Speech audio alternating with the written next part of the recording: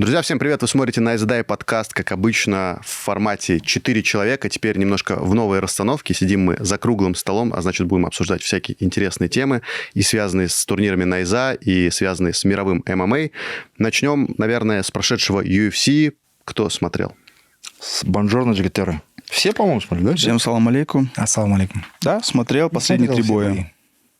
Я тоже последние 3 боя только посмотрел, проснулся под них, и, в принципе, наверное, не пожалел, потому что хоть там были яркие нокауты в прилимах, но не такие яркие имена, поэтому я не пожалел. Да, я, наверное, взглянул из-за того, что Росса знаю, все, больше никого почему-то не знаю в карте. А Россос был интересен. Почему? Потому что UFC на него прям такой акцент ставит. В первую очередь, наверное, из-за вообще в целом персонажа такого, да, происхождения. Мексика топит, фан-база большая, я так понял.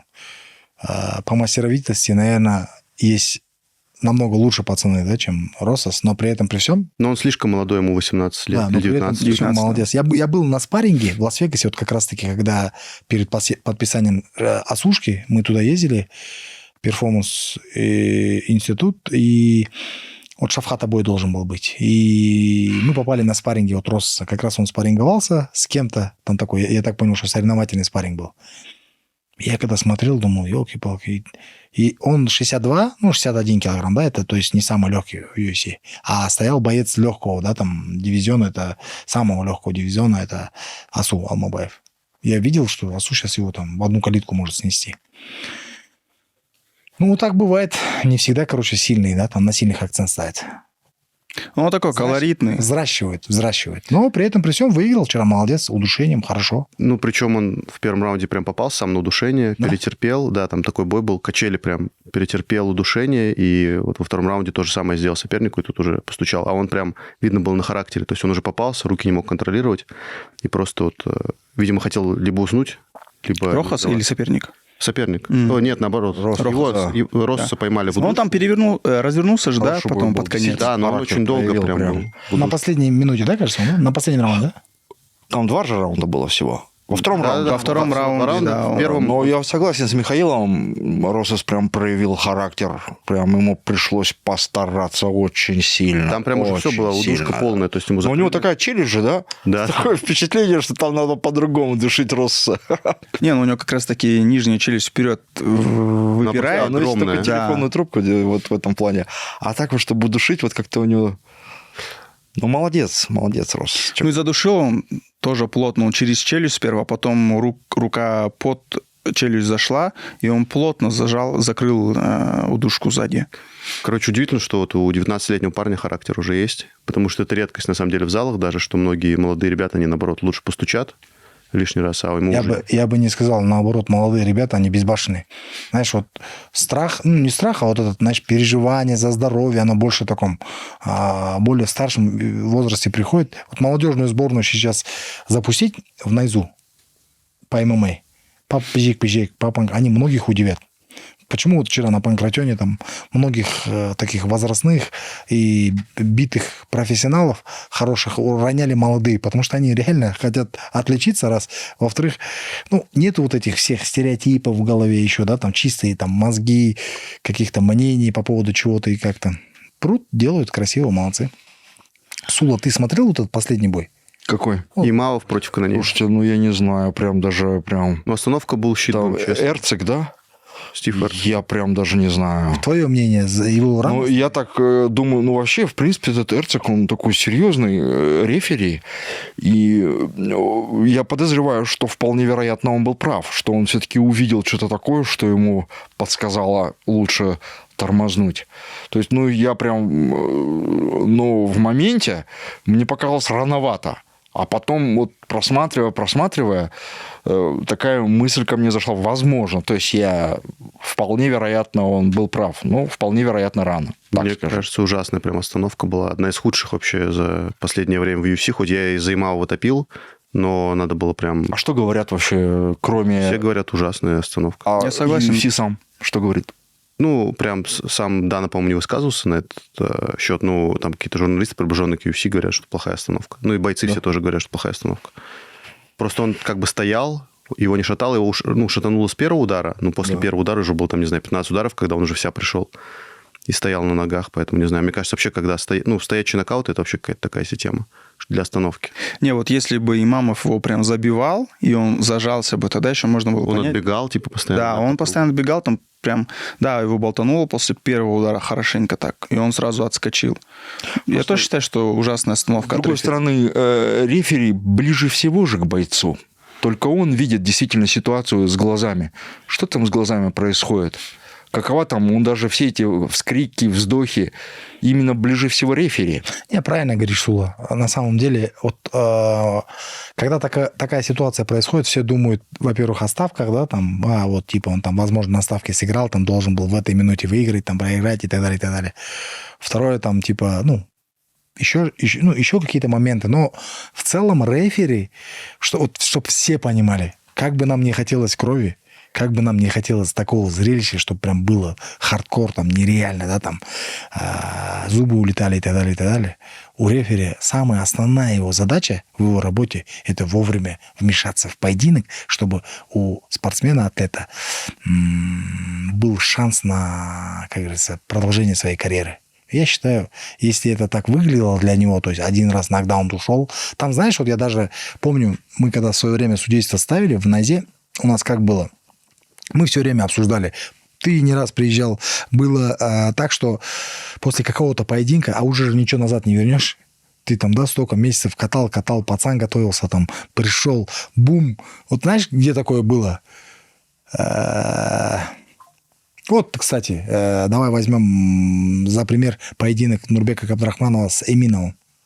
Да, тоже сказали. Mm-hmm. Но когда Эминов сказал мне, что его рано остановили, я его тренеру сказал, он тебе по голове попал более 60 раз. Локтями, руками. Ну, то есть смысла ждать, пока у тебя голова разобьется, уже нету. И ты уже 2 раза, то есть спотыкался, как будто бы уходил в нокдаун, обратно становился. И если там, я, вот, к сожалению, последний поединок не досмотрел, но слышал этот скандал. Слышал от тебя, слышал в комментариях, видел. И в целом я так понял, что был такой нокдаун, да? Стоячий, да? Стоячий, просто, да, он попал. Потом было добивание. Не, добивания прям сразу не было. Он начал отбегать. А тот как бы по клетке бежал, он бежал за ним, что-то попадал, что-то не попадал, что-то в защиту. И в какой-то момент остановилось. В этот период где-то около 10 ударов было выпущено, и остановили поединок, да? Но он, кстати, огрызался тоже. Ну, не знаю, вообще, по-моему, тоже такие 2 реплики, что рефери – это же люди, они ошибаются. И просто очень грустно по отношению к бойцу, что если рефери ошибся, то у него, типа, нету никаких прав в UFC апеллировать к решению рефери. Вот, например, история с Бакаджанулы. То, что в РСС, я думаю, что... Помнишь, Сула, да? Конечно. В РСС Асалжан дрался с Максимом Гришиным, и сначала ему присудили поражение, а потом РСС сказали, что мы, наверное, неправильно... посудили, дали, типа, посмотреть это независимым судьям и признали поединок ноу-контестом, чтобы не портить рекорд Асалжану. И вот они сделали недавно то же самое в другом бою с Тимуром Нагибиным. И мне кажется, что это, неплохая практика, в принципе, потому что рефери и судьи могут ошибаться, а вот это поражение, оно, например, Канонеру все уже поставило крест на титульном бое. Потому что, в принципе, пройдя Имаву, он был сейчас 5-м номером, он, скорее всего, получил бы возможность, а так уже все, ему 40 лет, и, по сути, у него украли там последнюю возможность подраться за титул. Может быть, если UFC действительно считают, что они ошиблись, возможно, они дадут ему еще один шанс. Да? А вообще по карточкам кто вел? Не, в UFC нет такого, чтобы как бы вот произошло по статистике и все. Да. Это все будет зависеть от самого канонира. Они наверняка ему дадут еще. Если он интересен согласен. для аудитории и в плане там маркетинга его там можно продать, уже UFC даже 5 раз проигравший прикольно будет. Нет, 5 раз проигравший. Я имею в виду, что, допустим, если даже взять по рейтингу, вот вчера дрался там Ислам Махачев, он же не дрался там, кто стоит после него, также. Он дрался с пацаном, который 5-й или 4-й стоял в рейтинге. топ-5, просто... При этом до этого проиграл Гэджи, да, там, насколько я помню, потом там этого... Потом он победил, Сен-Дени. Сен-Дени выиграл и вот вылетел там на титул. Как бы вот так. Просто Канонье 40 лет, и как бы вот это уже много лет. Вот у него был последний забег, все, вот у него просто возраст сейчас не позволит. Может быть, у него, получается, что была цель вот выиграть только Имамова, а дальше... по сути, я думаю, что да, дальше бы ему дали. Ладно, возможно, дадут еще один реванш. Что произошло, то произошло. Да? Я просто в защиту судей почему так сказал. На самом деле, я еще бой не посмотрел, но я тебе еще по этому поводу скажу. Судьи заточены... как правило, судьи заточены на безопасность. И если он там с этой призмы там посмотрел, сделал, красавчик. Если он там что-то хотел там свое добавить. Там вот действительно было на тоне. Как будто бы, как-то вот я говорю же, вот вроде я смотрю, когда вот начало нашло, думаю, а что остановил? А потом я уже, когда пересматривал, я раз думаю, ну, в принципе, наверное, он прав. Вот так вот. А вообще, ты слышал, да, что в ушах судей стоит, ну, в смысле, Наушник? Наушник. Не слышал? Я слышал такое, что, ну, такой наушник скрытый. У UFC-шников, да? Его не видно. Не, вообще, во всех таких группах. Говорят, да, ему тормози. И, знаешь, не в том плане, типа, вот, давай решение примем так, а я так слышал, что как бы типа вот бывают такие моменты, когда нужно среагировать, и его регулируют, да, там более опытный какой-то судья. Ну, такое бывает, я слышал. Ну, не знаю, точно в UFC есть, нету. Ушко. Ладно. Но меня в этом турнире больше Рейс удивил, наверное. Сейчас по запискам хотел сказать, что по запискам 2 раунда Канонье отдали, 2 судей. Один судья отдал 1 раунд Канонье. Короче, Канонье вел по запискам. Ничего себе. А что за история была? Вот до этого какой-то ролик везде прокатился, вот где вот этот Имамов, да? Он где-то матерился очень сильно в октагоне. Прошлый бой он выиграл... Роман Долидзе. Да, Долидзе, и там с Долидзе угол начал что-то кричать, и он Они им... поссорились. Да, и он им реплику выкрикнул, да, на русском. Ну, потом они помирились вроде. Да? Так что, да. Ну, все нормально. Ну, Имамов похож на будущего претендента. Да. Я, кстати, думаю, что нет. Как бы он похож на него, у него все навыки есть, он нормально борется, он нормальный в стойке, но я не знаю, сможет ли он там кого-нибудь в топе сейчас пройти и удивить вот в этом вопрос, потому что, как, я помню один бой, сейчас не помню, с кем он проходил, все так хорошо про Имамова отзывались, он там Ну, с супер... Шоном Стрикландом, видимо. Нет, имеется в виду, я помню один бой. Они уж дрались, что ли? Да. Шон Стрикланд во втором Точно, раунде. он его нокаутировал, да, вот именно этот бой. И там все говорили, Имамов крутой, короче. Кто нокаутировал? Стрик- И Стрикланд просто... Стрикленд нокаутировал Имамова? Он первый раунд просто, типа, его... Имамов. Имамов. Да? Он Имамов. в первом раунде просто дал ему, типа... Что-то я этот бой не увидел. Вообще Стрикленд, блин, вот первый, когда он там забрал пояс... Вот, кстати, Имамов, это был контендерский бой для него. И после победы над Имамовым он получил... Да, вот возможность понравился мне тогда. Сейчас он в этом поединке, когда вот предпоследний, ну, он недавно, да, UFC был. Вот эту карате. ногу, да? Ногу вот эту. Как он начал так ходить, да? Это же этот из кунг-фу пацан. И карате пацан. Карате Смотрели пацан. в молодости? Ну, фильм? ладно. Птица-секретарь же есть. вот А так. победители не судят, как говорится. Да, да. победители. Ну, там бой делают 2 бойца, и там Коста сам ничего не показал. Ну, да, правильно говоришь. Просто, ну, Сурдин, он хороший вроде боец, но просто он медийно, мне кажется. Имамов? Да, я вот не понимаю, что в нем такого медийного, потому что там, по сути, есть Адесanya 84, есть Шавкат Хамзат, есть Уитакер, есть Камару Усман, есть там Пауло Коста, есть Шон Стрикланд. То есть, Короче, там, на фоне их он теряется, я вот, да? да, про это говорю, что там, не знаю, можно набрать, наверное, 10 человек. Ну, да, из- понятно, что сегодня-завтра среднего его на веса. титул не выйдет. Но его, наверное, держат, потому что он представитель Франции. Ну, возможно, да, из-за этого. Да? Да, он Францию представляет. А так, чеченец или дагестанец? Дагестанец. Ну вот Рейс, вот мы, я думаю, закончили, да, вот Рейс меня больше всех удивил, как он отскочил, да, в размене, как он показал, что все-таки мощь в руках у него. Не отскочил, наоборот, победил. Ну, я и говорю, отскочил в плане того, может, что он отскочил, попал. Победил? Да. А я всё Повезло, типа. думал- окей. Я думал, что отскочил, ты проиграл, наоборот. Не-не-не. Ну, ладно. Попал, это значит проиграл. Отскочил. Новый сленг для Миши. Окей. Не, подожди, ты говоришь, отскочил от чего?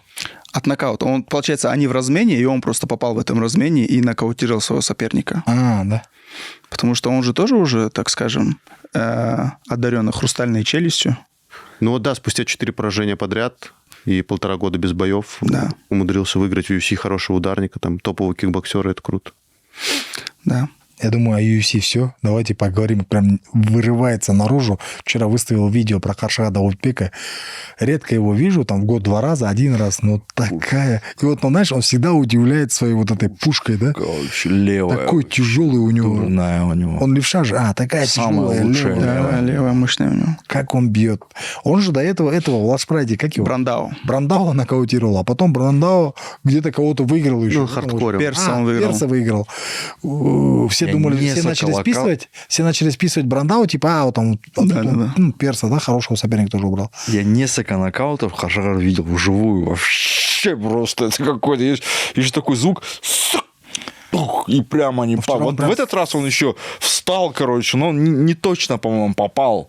Не, он просто пожалел, то есть он, в принципе, мог... Он на добивание не Это шел. всегда он так делает. Он так всегда делает. То есть он на добивание идет. Он если попал, то тот, короче, падает просто плашмя. Обычно всегда. Здесь он не точно попал, поэтому он раз встал. Он же раз ударил и, короче, типа пошел. Он думал, что все точно, короче, как всегда. Обычно так. Такой еще звук у него был... Левый, короче, у него пролетает. Но вот, конечно, из-за этого удара он больше всего и страдает, по большому счету. Почему? Но он рассчитывает очень сильно на него. И если у него не получается 2-3 раза попасть этот удар, если соперник приноровился уже к этому, у Каршага возникают какие-то проблемы. Ну, В борьбе, типа? у него... Вообще везде. Ну, борьба у него неплохая. У него же Мурат Истанов, у него же тренер, вольник, и они Аигу двигают, кстати, и DC двигали в Шымкенте. У них там прям Истановы, салам алейкум, джигтер. У них там прям очень хорошая школа, клуб, прям супер. Ну да, в чемпионате. Они Не, ну вот проблемы вы говорите у него, но тем не менее у него сейчас винстрик из 7 боев. Он 4 года не проигрывал. Кто? Каршага. Даутбек. И теперь единственное непонятно, да, что дальше для него. Вот у него есть такой хороший винстрик, у него там победная серия, 4 года не проигрывал. Что дальше? У него менеджер Саята, я как понял, да? Угу. Найза. Почему не Найза? Я бы очень хотел увидеть. менеджер Саят же его. Не, ну, кто бы ни был. Почему не в Найзу? У него контракт с Ryzen. Да, Ryzen эксклюзивный контракт дает. Просто так не дает. Это раз. Во-первых. Во-вторых, знаешь, как бы вот... Офигенно было. 61 килограмм. Сейчас прям каждом думает, что они должны драться в нозе. Это прям, нереально будет. Мы думаем о том, чтобы многие из этих ребят там оказались, конечно же, в лучшем промоушене мира, да, там, в UFC, чтобы там нас пораньше, чтобы было так, не так, чтобы там год-два раза нас будили там Асу, Азат, там Шавхат и еще кто-то. Бигзат. Мария Агапова. А чтобы каждую неделю, каждый месяц нас будили наши пацаны, чтобы мы там прям планировали, смотрели, это круто же. Каршага удивил, красавчик. Только этот момент и видели. В целом бой, поединка нету нигде, да, в интернете? А это он закончился, вот он. Или он только начал, сразу закончился? Вот там буквально 1,5 минуты. Я говорю, Каршага там не... Вот я по Каршаге еще скажу. У него вообще прям такой хороший взлет, когда начинался, у него начались какие-то травмы. Что-то с костями у него, короче, пошло не то. То есть я в этот момент хорошо с ним общался. Он лечился. По-моему, все вылечился. У него сейчас прям все хорошо. Потом он ни с того, ни с сего начал выступать в 66. Я вообще, короче, не понял. И вот то, что у него поражения есть, вот последние, крайние, они у него были как раз-таки в 66. И в Райзене он тоже, вот то, что он дрался, в 66 он вышел. Вчера? Нет, вчера он 61, по-моему. Второй, по-моему, бой у него. Да, а вот первую схватку, то, что он проиграл, он вышел в 66, короче, против чувака, который, там что-то вообще непонятная тема. Его весовая категория 61, у него прям сейчас возраст прям такой, когда он набрался, короче, всего. Травмы вроде, надеюсь, все прошли, и я прям очень хочу, чтобы он в Найзе показался. В Еркинкуше тренировался, насколько я помню. Знаешь, с Найзой какая история была, когда Жуман проиграл бразильцу в последнем поединке. Вандерлею, да. И тогда вот Каршага написал, он мне, кажется, в личку написал или сторис вытащил, дайте мне его, говорит, да. То есть он выиграл Суека, потом выиграл Жумана. Ну, дай ему его. И уже агрессия такая идет. Ну, как дать? У него там предстоит поединок с Нурбеком Кабдрахмановым за титул в 66. И опять же, это 66, да, 62. 66. То есть нужно это... Каршага 61. Каршага 61. Причем бразилец-то большой прям. Да, он такой двигаться. такой, да, крупный. И еще этот... Я знаю, что Каршага... Давай о Каршаге сейчас вот закончим сразу. Давай. Как раз-таки расскажем. Потому что, реально, он очень сильный, эффективный красавчик парень, но мало о нем известно такой широкой публике. Может быть, узкая какая-то ММА-аудитория знает, но при этом при всем парень вчера в таком хорошем, крутейшем промоушене мира, в одном из лучших, да, нокаутировал японца и показал красоту, обрадовал, можно сказать. Однозначно. Вчера вообще побед очень много было, и говорить об этом, наверное, о всех не сможем, но о каких-то важных таких событиях в любом случае проговорим. Он звезда Алаш-Прайда. Каршага звезда Алаш-Прайда. Тренировался в Еркинкуше. Последние 3-4 боя. Я знаю, что его там вели именно Айбек Шупкутов. Откуда сам парень? Шымкаласы. Шымкент? Да, чисто Шымкент Сити. Шымкент, ассалаумалейкум. Осындай батырларды тек тәрбиелей беріңіздер, шығара беріңіздер. Біздер оларды Құдай қаласа ары қарай Аумин. жолдарын тауып беруге тырысамыз. Это главный тренер у него Мурат Истанов. Ержан Истанов, наши вообще просто нереально легенды казахстанского ММА. То есть там, я говорю, там хорошая школа чемкенская. Он... В Шымкенте толпа. Да, народ был, там серьезные пацаны. Там уже можно делить сейчас даже Шымкент, Туркестан. Еще область есть. В Шымкенте больше ляма, да? Туркестан уже такой разросся, большой, красивый такой. И еще область есть. И сколько пацанов в такую жару, как бы летнюю, да, там, хоть и климат, не сказать, что сильно такой, ну, суровый, но при этом, при всем, жара очень сильная там летом. И ребята очень... Вот, кстати, я с кем-то недавно обсуждал, вот, пропасть между Арманом Успановым, самым популярным бойцом, да, с Туркестана, и вот эта огромная пропасть до Туркестан, Ленгер. Ну, имеется в виду с Южно-Казахстанской области, да? Да. И вот большая пропасть с ЮКО, нету каких-то еще таких звезд, как Арман Успанов сейчас. Ну, сейчас вот как раз-таки звезда номер один, которая может появиться, может закрепиться, это Абу Нурбулат. Хоть и он как бы последние годы там в Актау жил, у нас тренировался, я его помню, вообще молодым. А он что, южанин, что ли? Он чемкенский, Да это Бадам. Басе. Там ты что, вот даже по опросу я когда закинул, вот о чем говорит, что такое шымкентская публика. Я выставил Дастана, Ахтюбе, Диаса, Экибастуз, Зайсанского тигра нашего, этого Булат Заманбекова, и Абу Нурбулата. 4 человека. И опрос.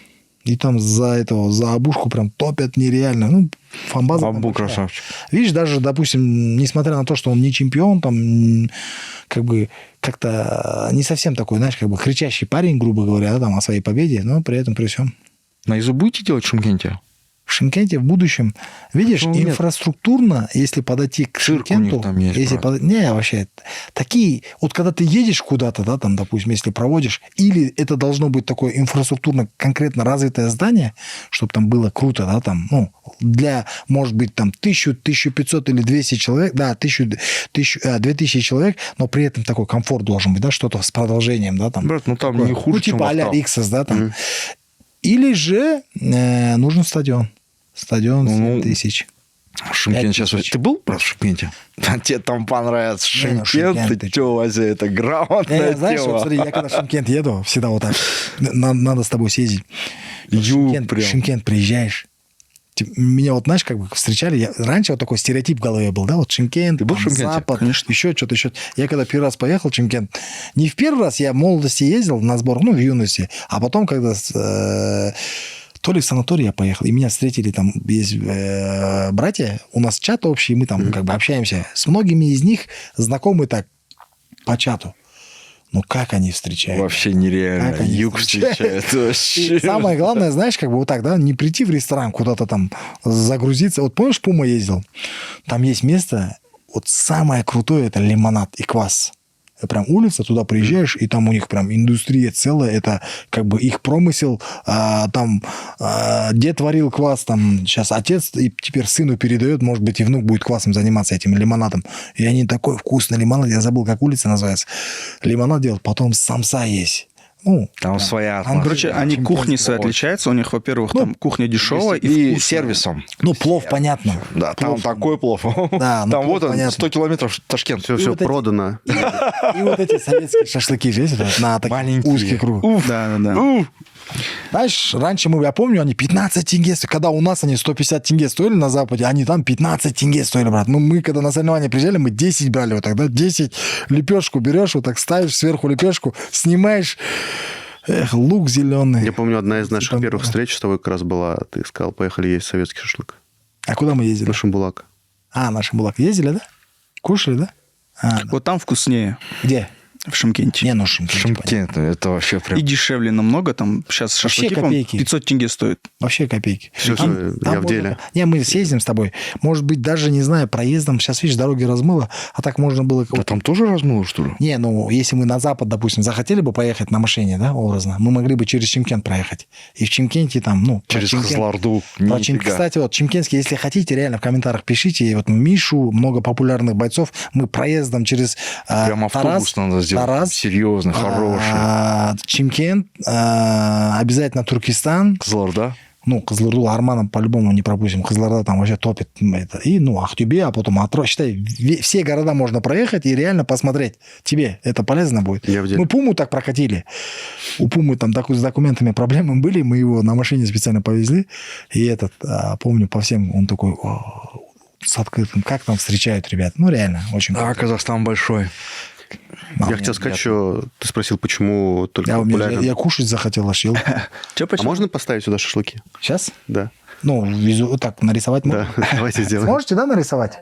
Обязательно. Все.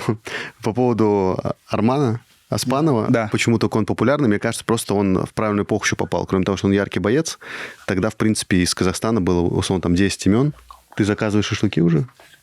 У меня еда, оказывается, Я пошутил же. Не-не-не, я же питаюсь правильно, но еще и как бы по времени же. И вот у меня от компании Green City пакет в машине остался, я забыл. А чтоб не нагрелся... Я думал, ты наоборот. Я про еду сказал и вспомнил. В правильную эпоху попал? Да, в правильную эпоху попал, потому что, на самом деле, сейчас очень много бойцов, очень много лиг. На самом деле, сейчас... Кто попал? Арман Оспанов. То есть, кроме того, что он действительно яркий боец, который там вертушки крутил, но очень в правильное время стал заниматься ММА, а сейчас просто намного сложнее стать популярным, потому что много лиг уже. В Казахстане есть больших много героев. В каждых лигах свои герои. Есть уже ребята, которые там не только в Казахстане дерутся, и уже в мировом ММА тоже есть. Поэтому сейчас прям очень сложно, кто хочет стать каким-то... Нет, доля правды есть. Я немножко не соглашусь, потому что Арман Оспанов все-таки вышел с любительской темой. Он вот это вот горнило любительской темы, он прошел, у него конкуренция была бешеная. Я не говорю, что он плохой боец, он хороший боец. Я имею в виду, что в правильное время ты говоришь. Он попал, возможно, во время, которое было гораздо... Он про популярность говорит, про популярность. Он имеет того, что фокус был на один Алашпрайд. И, реально, в этом плане, да, фокус был на один Алашпрайд. Я думал, конкуренции ты имеешь в виду. Я бы тут, знаешь, как бы сказал, вот в свое время Айдар Махметов грамотно выразился по этому поводу. ММА в Казахстане, если все виды спорта в целом начались от любительских и переходили в профессионалы, ММА как раз-таки начался сразу с профессионалов. Потому что тот же Арман Оспанов, тот же Ержан Истанов, тот же Жалгаз Жумагулов, они все выходцы из других видов спорта. То есть они не изначально... Вот, допустим, Багдад Жубаныш – это конкретный взрослый парень, можно сказать, там, ММА, да? То есть трехкратный чемпион мира и так далее, и так далее. То есть сейчас тоже таких много очень, которые растут, идут. Это резерв наш, на который мы смотрим, из которых там в будущем попытаемся сделать звезд там мирового уровня. Но при этом, при всем, Арман, он с боевого самбо вышел, пришел. Я даже помню тот момент. Арман, Ильдар Кудайбергенов, это Алашпрайд. Карагандинский. Нет, не Алашпрайд. Мы все выступали в Караганде. Я не боролся, 13-й год. От нас боролся Паша Наливайко такой. Как раз-таки Паша, или это 12-й год был, Паша как раз-таки первый чемпион. Он по грэпплингу же, да? Да, первый, он по ММА, он первый чемпион Казахстана. С Казахстана первый чемпион мира. Он занял, по идее, второе место. Это был в Сербии, а в 2011 году тогда ММА входил в состав Федерации Панкратиона. И он так и назывался Combat MMA. Combat MMA – это подразделение. Там был Pancration, Tradition, Combat MMA, грэпплинг ноги или сги, что-то такое, короче. И вот он там, Багов там выступал, чтобы ты понимал. Вот эти ребята в 2011 году. И тогда вот Паша Наливайко стал вторым, канадцу там в 1 очко проиграл, но потом у канадца нашли допинг, и Паше дали медаль через 2 месяца. Привезли, прикинь, по почте медаль этого чемпиона. Вот такой. И этот Паша как раз-таки вот в 12-м, я помню, или 12 вот как раз Ильдар Кудайбергенов, Солдатов, да, Героев был. Помнишь такой борец с Караганды хороший? Вот как раз... Команда, там, с Магиной команда, оттуда уже... Да. Я помню, у них заруба была. И тогда вот я Армана Оспанова первый раз увидел. Его привез тогда на тот момент Асхаджи, помнишь такой? Ербулатов. Он привез, он смотрел. Клуб Кристалл. Все, я вспомнил, это был не Алашпрайд, это был клуб Кристалл. И они там топили такие, такая борьба была хорошая. От нас тоже много кто боролся, в том числе еще и этот боролся. Айбек Имашев такой, чемпион Казахстана по дзюдо, чемпион Азии, Европы по дзюдо. Крутые пацаны были, крутые времена были. И знаешь, как бы, вот сейчас мы к этому тоже перейдем, но при этом, при всем, в то время с той базой, которая у тебя была, конкурировать, кажется, как будто бы, да, там, ну, меньше людей, как будто бы там технику не сильно особо. Но реально и у тебя же техника не особо большая была, так, если так посудить. То, что умел Арман Оспанов на тот момент, и то, что умеет его ребята в сегодняшнем весе, ну, две разные вещи, да, но при этом, при всем, он же сам как бы тоже конкурировал с такими же ребятами. Круто, круто. Самая главная победа Армана Оспанова для тебя? Это полуподпудников на самбо-70. Удар с разворота, который... Для меня это при Расул Мирзаев. При Назарбаеве. Но знаешь, вот я тебе скажу, почему нету такой особой ценности для меня? Почему? Расул... Это же... А мы же смотрели же вместе еще. Я очень был рад. Ты бы видел, как зал ревел. Я был тоже здесь. Расул Мирзаев уже на закате, как бы, да, тот момент. Но полуподпудниковым можно сказать, что Арман Оспанов, когда дрался с полуподпудником... Полуподпудник. Полпудник, ну как Полпудников был на пике уже тогда. А Арман Оспанов был, ну, реально на спаде? Начинающий. Начинающий. Он только там он его Назарбаев, с разворота Путин так ушатал. Поздравляли. Этот ролик на весь мир разлетелся. Я считаю, вот это самая грандиозная победа Армана Оспанова во всей его карьере. Ну, все узнали его. Да. Но для меня все-таки это Расул Мирзаев. Ну, Расул Мирзаев, почему? Потому что как бы там какая-то история. Он же Ебрагимханова выиграл. Первый турнир в Казахстане, ACB. Я бы не сказал, наверное. Был до этого турнир. Был, конечно. Они тогда уже 3-й или 4-й раз проводили. Первый был как раз-таки, когда Арман проиграл. Помнишь, это он бразил уже? Бонифация Силва. Все. Это было на ACA? Да, это было на ACB. ACB. Ну, ACB и ACA это же... Я просто к чему говорю, что вот яркая такая победа в моем понимании. Не, Арман Оспанов это, конечно же, человек, который либо побеждает, прям фантастика, плакать хочется, либо проигрывает, плакать хочется. Но как бы ни проигрывал Арман Оспанов, я вот что заметил, это, наверное, один из немногих казахстанских бойцов, даже проигрывая, ему здесь хороший чотр давали, отвечал, он приезжает, проиграл ему, получи машину, распишись. Алаш Прайд. Получи. Данияр Хасхаров один видео выставляет, это какой год был? Когда Арман Оспанов уже, знаешь, вот еще одного пацана ушатал, помнишь, какого-то дагестанца с европейского. Это Ломали. Ломали. Он его тоже с колена. Вау. И вот перед этим боем или после этого боя, я тебе говорю, тогда мы чисто у нас все внимание к Арману Оспанову прям, знаешь, как бы фанатели от него. Вот, звезда был, да, такой большой. На него смотрели. А я его жестко критиковал. И тогда критиковал. я когда Данияр где-то, Хасхаров где-то видео выложил, и такой дом показывает. Это, говорит, дом Армана Оспанова. То ли в Алмате, то ли в Чимкенте. Где-то в горах. Там, не знаю, 10... Ну, мы же, как всегда, преувеличим, но такой большой коттедж, красивый, в горах. Очень... Ну, кстати, он по бизнесу очень хорошо продвинулся. Он в Ленгере очень такую красивую базу построил. Он меня звал, на самом деле, чтобы я приехал, сделал какой-то типа репортаж. Я прям хотел, но до тут чуть далеко ехать. И вот, когда я знаю, что у него есть, и, ну, зачем ему драться, да, как бы, ну. Вот, кстати, я знаю, вы хотели, ну, и Камил Гаджиев говорил, что хочет Армана Оспанова вернуть на совместный турнир. И вы, я знаю, связывались.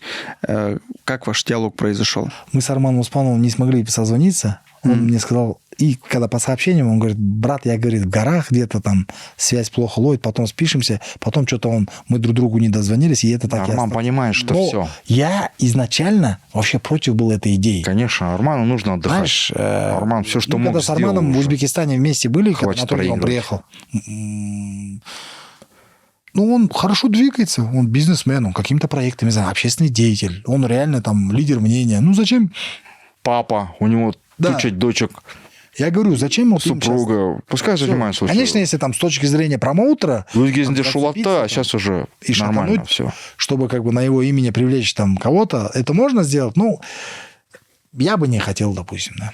У него, кстати, брат-близнец есть. Не близнец, братишка. Не близнец, да? Младший, да. Я всегда думал, что близнец. У меня просто история была одна. Я один раз пошел записывать с ним интервью, и потом оказалось, что это брат был. Вот что интересно, он этого брата хотел несколько раз к нам. Да. Вместо себя. Не, а знаете, не вместо себя. Он говорит, Нурбек, давай он звездой станет там. И мы, знаешь, такую историю качали. У Дамира Исмагулова родной братишка, и он родной братишка Армана, и они между собой должны были подраться. И это я им предлагал в 2021 году. Я говорю, давай так так сделаем. Ты в углу станешь своего братишка, он в углу. И Они мы же даже такой бой. приехали, что такое было, да? Да, и что-то начали разгонять, и что-то как бы не дошло до дела. Ковид произошел. Не, ковид еще ранее произошел. Ну, короче, не дошли до конкретных дел, но при этом начали обсуждать. И Арман был не против, и Тамир как бы... Тамир сам мне говорил, давай, брата там заряженный, он там туда-сюда. Знаешь, в чем прикол? Вот как раз-таки Сула говорил про проигрыш Армана Успанова на ACB. От бразильца... Бонифация Силва. Которого Фаниль потом рубанул. Фаниль рубанул.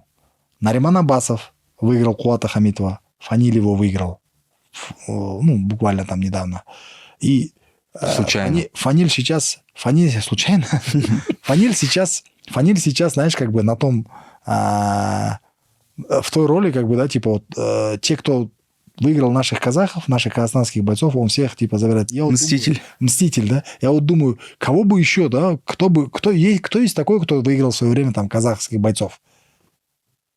Вот это же Вандерлей. Не, ну Тагир Уламбеков далеко.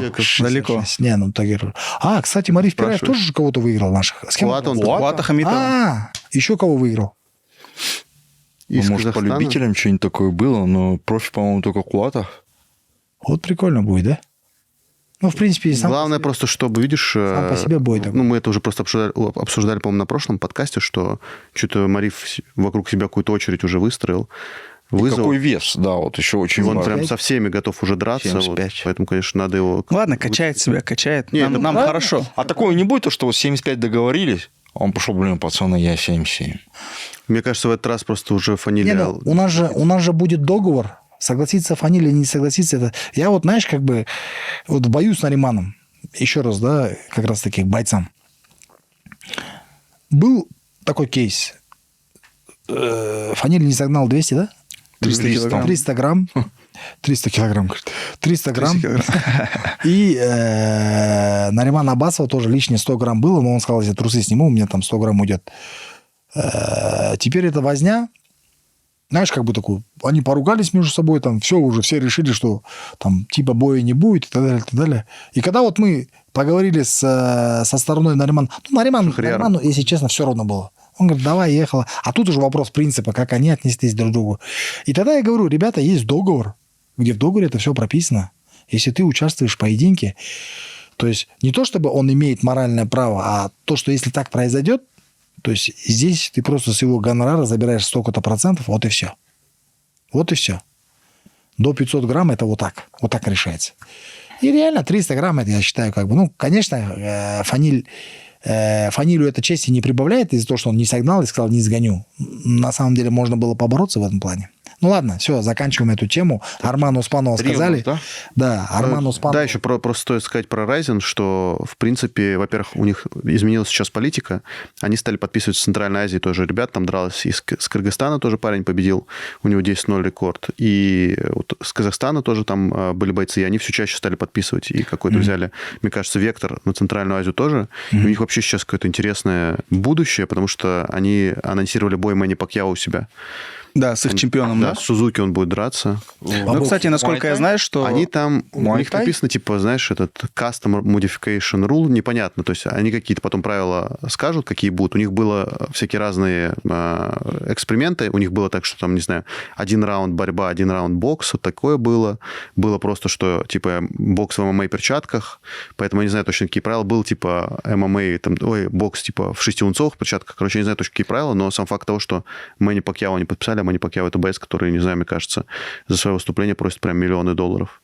Ну, да. Ну, я насколько знаю, Ryzen как раз-таки мало платит бойцам, насколько я знаю. Ну, бойцам, да, но Мэнни Пакьяо не думаю, что за $1000. Ну, кстати, Мэнни Пакьяо было бы интересно увидеть по боксу в ММА-перчатках. Вот как в боксе делаются дела, когда мы видим вот такие крутые поединки. Там в основном боксеры, они тоже со своими партнерами приходят, в основном, с телеком приходят. И там уже как бы эту сумму подбить не так уж и сложно. Когда там люди хотят этот поединок увидеть там и партнеры, и телек, и партнеры самого бойца, ну, охотно залетает. Главное создать эту историю. Ну, для меня просто неожиданно, что это именно Ryzen. То есть, в принципе, он мог пойти на какую-то американскую аудиторию, а он пошел на японскую, хотя... Вот... Ну, он же именно с этого региона, типа азиат. Ну, он до этого вот с One плотно двигался, Вот хоть там и не дрался, но просто... Я слышал, что он имеет долю в Ване. Да, а он в Ryzen в итоге оказался. Короче, интересно просто, как они его завлекли. Ван по боксу уже не проводит. Они могут... Тай-бокс. Да, они могут и бокс, мне кажется, вообще Ван там супер, у них размытые нет, правила. Ван, там и грэпплинг есть. Все что угодно. Да, Да. мне Бокс, кажется... вот именно бокс они не проводят, чтобы ты понимал, там 5 видов спорта, у них даже в концепции это есть. Грэпплинг, кикбоксинг, ММА, что-то они там... У них есть кикбоксинг, есть муай-тай. Да, муай-тай. И еще что-то. Я видел концепцию, как бы мы даже встречались с представителями. Ну, прикиньте, увидеть, как Мэнни Пакьяо заходит в клетку и дерется там по правилам бокса в шингертах. Было бы Там, скорее всего, прикольно. так и будет, может быть, каких-то 6-унцовых просто не Но не в обычных. клетке, да? Вчера... Разница, А у скорее них всего, не в нету- клетке. у них Вот вообще он же- клетки. Нет, я говорю, я имею в виду, что Мэнни Пакьяо именно заходит в клетку, в октагон, было бы прикольно. Вчера завирусилось видео Шавхата. Не Шавхата, а Дана Уайта, где он там бежит Хабибом, по коридору. С Аль Абделязизом и с Хабибом Абделязиз разговаривает. с Хабибу и кричит там, типа, сдалека, все там, типа... Усман Шавхат. Потом сказали, что это старое видео. Потом сказали, что, типа, боя с ним не будет. Шу Шавхат прокомментировал. Но давай гипотетически хочу разобрать с вами вместе. Как вы думаете, Сула, вот твое мнение очень важно. Ну, у меня инсайдер, серьезный человек, который, кстати говоря, предсказал же уже, да? Си-Джей Вергара, Азат Махсум. Ага. Помнишь, я говорил об этом? Да. Сейчас официально вышло, то есть, насколько ему доверять. Это уже второй инсайд от него. Первый был про Бигзат Алмаханом. Ага. Теперь он говорит, более 70%, Да. 3 августа, либо сентябрь, планирует поединок Шавката с Шон Брэди. Шон Шелби. Шон Брэдли. Брэди. И в ближайший этот месяц Анонсируют? Вообще не слышно. Нет, неплохой, который Белялю пришлют проиграл. ему Растатуированный, да? Да. А какой рейтинг у него? 8. Он хороший боец, на самом деле, прям. Он крайнюю схватку выиграл Гастелума по очкам. Ага. Неплохой чувак. Ну, вот, У него единственное поражение Белалу Мухаммаду. да, планирует, Кстати, короче, он- его. В конце Источник кем ты он не раз- раскрываешь. как? Предыдущий. Источника я не раскрываю. Бернсом? По поводу Усмана он мне сказал, Говорит. насколько реально Усман и Шавкат, и насколько реально Шавкат и Колби Ковингтон. Он говорит, пока Шавкат не станет чемпионом, они с ним драться не будут. Типа друзья, да? С одного клуба, да? Я не знаю, насколько друзья, не друзья. Это вот его информация. Он говорит, либо они будут защищать свой пояс, когда они будут чемпионами. Против друг друга. Ну, против него. Либо если только Шавкат станет Ну чемпионом. да, они оба в одном клубе тренируются, в одном Вот. клубе. И это и Колби тоже касается. Он говорит, и Колби, и Усман не будут пока драться. Вот от него инфа. Ну, Насколько ей стоит верить. 2 раза он мне сказал, 2 раза точно попал. Знаешь, не то чтобы даже то, что она подтверждалась, а логика есть в этом инсайде. Ну, Логика в общем, есть. Но, конечно же, разочаровывает то, что парень снизу, и его хотят с ним поставить. Но они хотят именно молодого, хорошего. И вот Я просто что говорю, там есть в этом плане риск, да? Надо тогда Шавхата будет заинтересовать там, ну, Финансово. Шавхата финансово там. Вот он говорит, что на этой неделе до конца вообще, говорит, месяца ему пришлют договор, контракт на этот бой. Именно с Шоном Брэди. Да. Не знаю. То есть, ну вот, Не, ну ты молодец, красавчик. не я-то причем просто... Не, я говорю, ну ты же инсайд сюда принес на Да, а сегодня да. завирусится Питер, везде. говорит, да я это у себя уже сказал. всё. А, ты сказал? Конечно. Ну, тебя-то смотрят вот такая вот. Самая грамотная, самая серьезная, самая разбирающаяся аудитория. Вот так еще надо сказать. Не, так и есть, вот чуть-чуть. Где-то мы пересекаемся в любом случае. Ну, в самом таком грамотном. в Суле в одном. Нет, Участники. Ну, хорошо же, когда мужичок старше 50 лет вот так, ну, как занимается, еще одевается. Молодежным как спортом молодой пацан, увлекается. да. Хоть и, ну, как ветеран, но все равно молодец. Ну что, я думаю, Шон Брэди... Я не знаю, просто в нашем проекте есть свой Михаил Боярский. И я знаю, кто это. Давайте В дальше. шортиках пришел, все. Что думаешь про Шона Брэди? Мужикам нельзя в шортиках ходить. Хороший боец. Шон Брэди хороший боец. И кто не смотрел его бои, посмотрите. У него есть поражение Белалу Мухаммаду, но и при этом боя нельзя сказать, что... Он ему там нос сломал, но нельзя сказать, что такое прям супер в доминирующей манере было. И последний бой он Гастеллому, да, победил. Вот. И, в принципе, это очень крепкий, сильный боец. С хорошим партером. У него все хорошее, в принципе, он такой. Он еще и молодой был, прям восходящей звездой до момента боя с Белала, Белалом. да? Да. Но, в принципе, у него прям все в порядке. То есть, ну, это непростой соперник совсем. Я даже... Ну, тогда да, по Шавхату, наверное, так. Ждем. Анонс. Ближайшее время, Что там, скорее всего, будет. гипотезы разные. А где изучать? третья? Это У нас кто есть, у нас есть инсайдер, да? У нас есть инсайдер. Виктория, 1, 2, 4, где 3? У нас, стоп, подожди, у нас есть инсайдер, у него есть инсайдер. Опять, да? Его инсайдер рассказал, что вот так, наш инсайдер это Сула. Короче, у нас есть имя, еще раз повтори. Шон Брейди. Шон Брейди. Не Шон Шелби, сразу говорю, Шон Брейди. Так что Шавхаттың қарсыласы осы аптаның соңына дейін Шон Брейди болып қалуы мүмкін. Сондықтан күтейік. Содан кейін ары қарай талқылайтын боламыз. Шавхатқа енді әрине... Ол маған айтқан кісі, ана Сиджей Вергара мен Азат Мақсум шығады деп 2 ай бұрын айтқан маған осындай жаңалықты. Так что примерно сол кісіден келген хабар. Примерно түсініп тұрмын сенің жаңа источнигің қай жерде екенін. Атын айтпай қоямын, жақсы.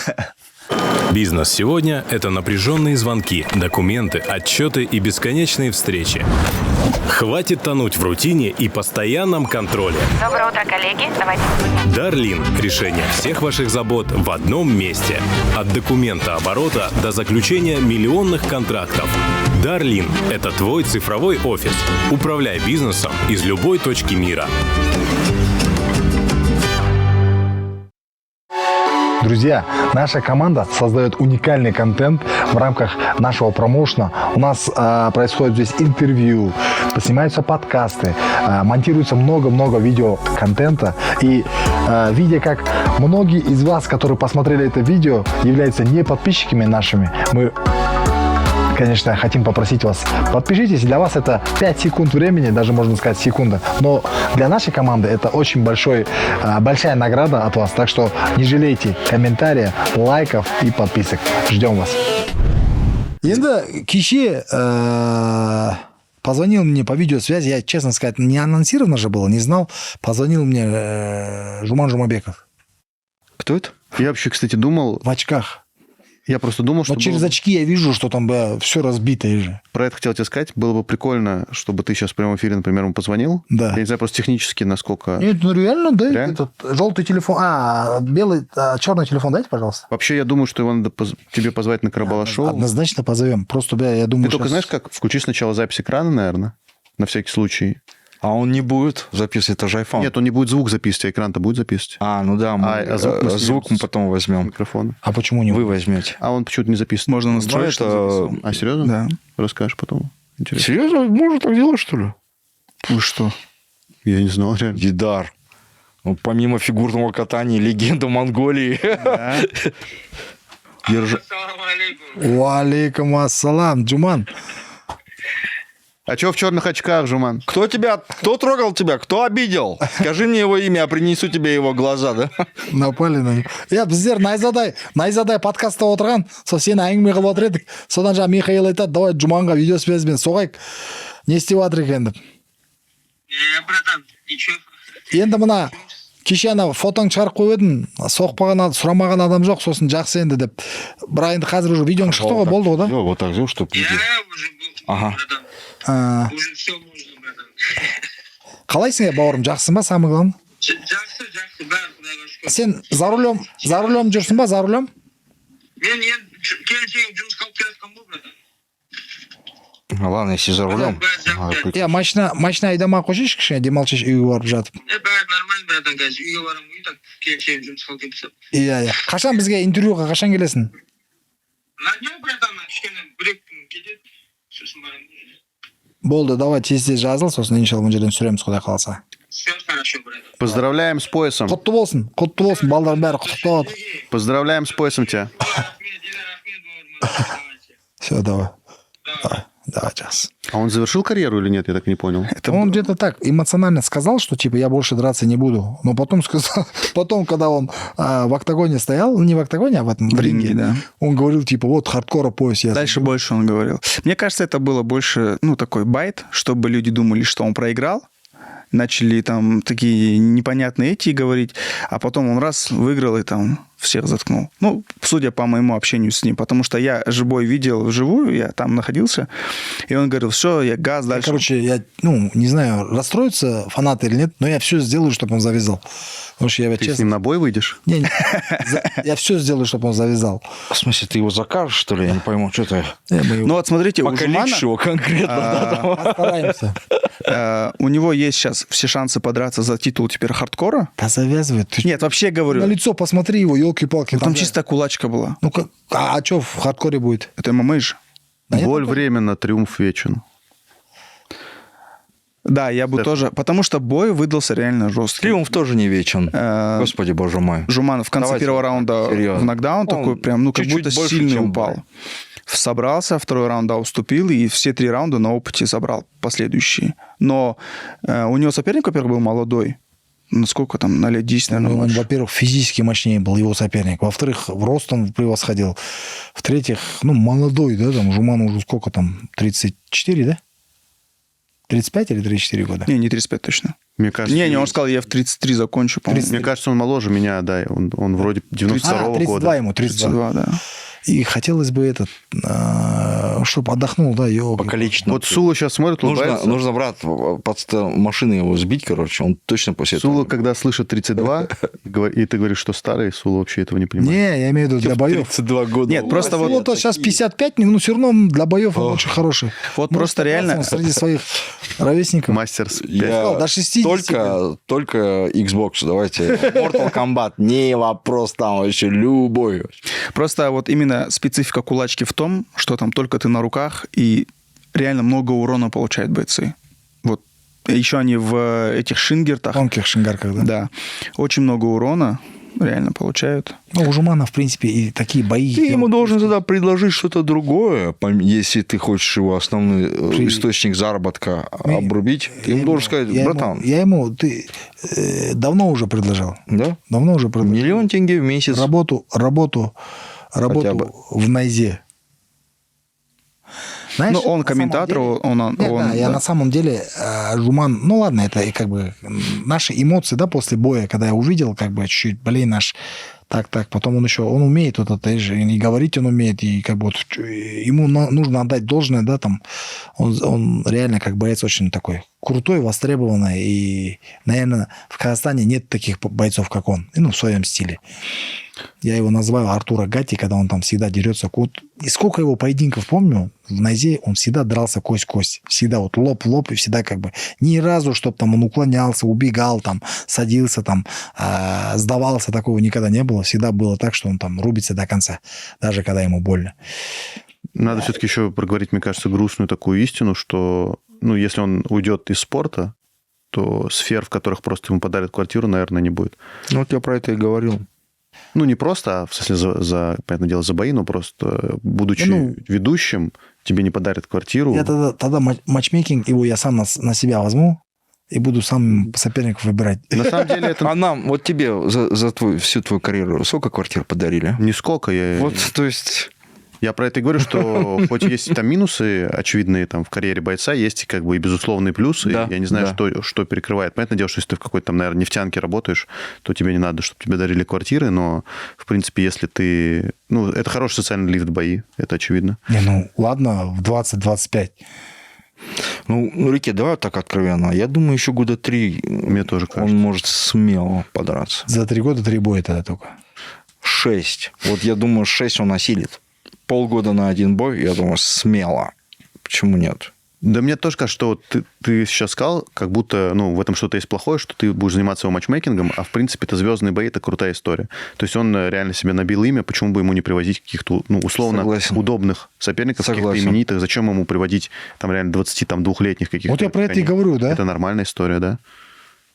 И в этом ничего нет плохого. Просто сам Жуман, он как бы готов на большие вызовы, но я ничего не вижу плохого в матчмейкинге. Знаешь, как бы он не откажется для звезд. никогда, я знаю же. Это надо чуть контролировать в этом плане. И когда вот в хардкор он поехал, в финале, да, за пояс дрался? С Набиевым, да. Он туда поехал, и там начали переговоры.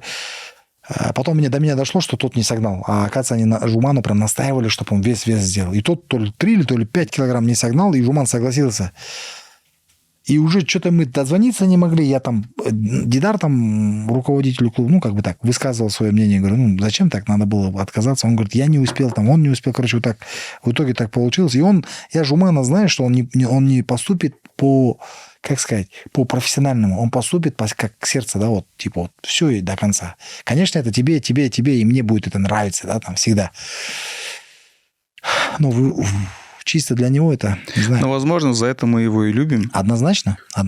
Реально, просто в сегодняшнем ММА поражения не так уже стали значимы, как были раньше. Сегодня можно проиграть, при этом тебя все еще будут любить, там, ценить. Проиграть понятно, но при этом, при всем, ущерб какой ты берешь. Я только об этом, да, об ущербе. Ладно, проиграл, выиграл это, там, болевой на ногу сделали, там, руку отдал, там, быстро все закончилось. Там, к следующему бою готов через неделю, все, ехало. Ну, в таком случае тогда надо посоветовать Жуману, чтобы он завершил карьеру именно по кулачке, потому что вот там реально большой урон. А вот продолжать условно в ММА, да. Давай вспомним последние его 3 боя. Везде вот. Ну, Вандерле был намного При тяжелее. этом он восстанавливается, то есть, ну, после этого. Метаболизм очень хороший у него. Мне тоже кажется, лучше, чтобы вот, правда, ну, может быть, там это меркантильно звучит, но лучше, чтобы там голова болела от пропущенных, чем голова болела от того, что ты там не знаешь, где там твоя семья жить. Очень хорошо сказано, согласен полностью. От пропущенных лучше пускай болит? Да. Чем у тебя болит голова от того, что у тебя жена без молодцы, квартиры. ребята. Ну, мне кажется так. На что я занимался? тоже. Здесь я давай. с Михаилом полностью согласен. А в остальных? Вообще полностью не согласен. Михаил, ладно. Это правильно. Ладно, молодцы. Жуману пожелаем здоровья. Только что его увидел, ну, вроде бы за рулем. Я помню, когда он уснул от Айжигита, через 3 дня, уже там за рулем ездил. Ужас. Я как бы злился. Мы тогда как, типа, вот, очень тесно, близко общались. Я говорю, ты что, именно вождение чуть как бы плохо, да, там? Угу. Надеюсь, он сейчас отдохнет. Ужас. Это с Айжигитом это был какой-то кошмар Нужно просто. было отдохнуть. Кошмар просто был настоящий. Сердце болит от таких боев, но они, видишь, такие бои делают историю. Еще все ему орали, да? Все ему орали, что нужно делать. Нет, он все равно, Характер. И последняя тоже реплика на эту тему. Вот просто есть бойцы, которые, ну, как Жуман, он все равно показывает конкуренцию в боях сейчас. Он и выигрывает, и проигрывает. И мне кажется, что он должен решать, когда ему там завершать карьеру. А если, например, Тони Фергюсон, которого действительно там жестоко избивают просто 7 боев подряд, тогда, конечно, да, уже, ну, как бы это прям звоночек. Однозначно он будет решать. Ну, как бы... Я к тому, что он еще конкурирует. Если бы его там безвольно избивали, тогда да, я бы согласился с тобой. А так, ну, в принципе, даже... Побеждает еще. На минуточку чемпион на матфайтинга. Действующий. Давай поговорим теперь про Найзу. Все ждали турнир в Семее. Судя по всему... написано, что... Я так и сказал. WKG. А мы должны обязательно двигаться Не, можно, я думаю, нет. по структуре, нет же? Нет. Давайте про Найзу. Давай, тоже да, поговорим. конечно. Виктория не обидится? Активно про Найзу, да, мы хотим сделать около 6 турниров в Актау.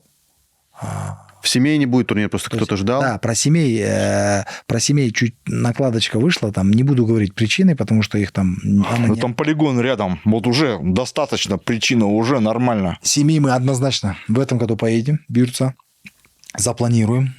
Чуть-чуть так получилось, что как бы и... Ну, короче, причины говорить не хочу, там смысла нету, но то, что мы туда поедем, там инфраструктура есть на сегодняшний день. Очень хороший зал, который ни в Усть-Кемене, ни в Павлодаре, ни в Караганде, ни во многих городах такого зала. Какая вместимость? Называется Абай-арена 5000. И для Абая, Семей мы говорим, но город, сейчас я так понял, что Абай называется. И для такого города такая арена, это прям крутая. Ну, там тоже немало людей живут. И очень много пацанов таких рослых. Я в Семей был. Первый раз в жизни, кстати. Увидел 5 или 4 бойцовских клуба открыли. Там видел, вот где фотку увидели, я с Шавхатом рядом стою. Шавхат на рисунке нарисован. На стене нарисован. Очень красиво сделали, молодцы. И мы туда вернемся. Сейчас мы переходим к Актау. У нас несколько титульных поединков. Это в первую очередь, конечно же, у нас Улжас Абзалиев против Сантоса. У нас Дастан против Абу.